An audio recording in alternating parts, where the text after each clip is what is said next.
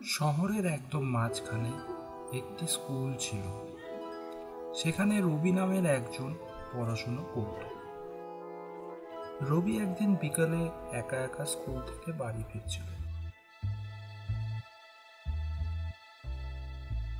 অস্পষ্ট একটা শব্দ শুনে তার মনে হচ্ছিল কেউ যেন তার পিছু নিয়েছে।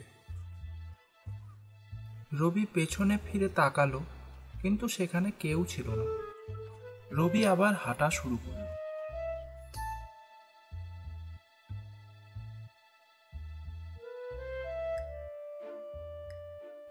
কিছুক্ষণ চলতে থাকার পর সে তার ঘাড়ের ওপর এক শিরশিরে ছোঁয়া অনুভব করল।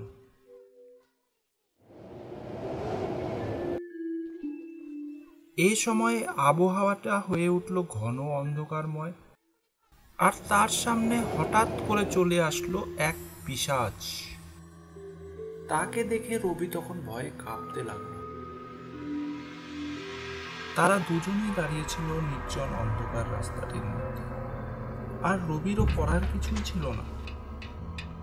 পিশাচটার দাঁতগুলো ছিল রক্তে রাঙা, আর তার লাল চোখ দুটো যেন জ্বলজ্বল করছিল।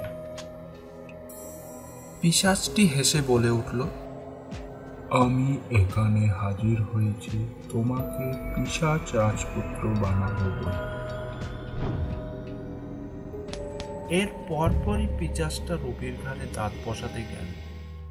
ঠিক সে সময়েই একজন লোক রবির নাম ধরে ডাকতে লাগলো, রবি, রবি, কি করছিস ওখানে?